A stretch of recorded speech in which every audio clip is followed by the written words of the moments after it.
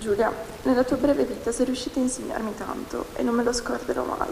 E ora posso dirlo, senza che tu mi dica che non è ancora vero. Complimenti, ingegnere. È molto emozionata Elena, la sorella di Giulia, che durante le settimane più difficili trovava sempre parole forti, lanciava messaggi chiari, andava spesso controcorrente. Ma ora, sul palco dell'Aula Magna, la sua giovane età viene sopraffatta dalle emozioni e dai ricordi e fa capolino l'ammirazione per la sorella. Cara Giulia, mia dolce Giulia, tu non sai quanto io sia fiera di te, quanto io sia sempre stata fiera di te. Ti ho sempre ammirato tanto, per com'eri, carina, dolce e sveglia. Ti ho sempre visto come un piccolo genietto. Tu dicevi che non avevi memoria, però cavoli, guarda cosa sei riuscita a fare.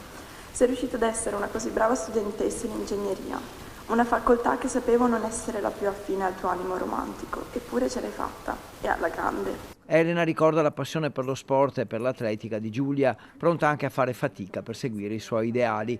Improvvisamente però la voce si fa più dura ed emergono tutto il dramma e tutta la violenza. Non dobbiamo dimenticare, mai, quante cose avresti potuto fare se non ti fosse stata tolta la possibilità di farlo. Non dobbiamo dimenticarcene perché a nessun'altra donna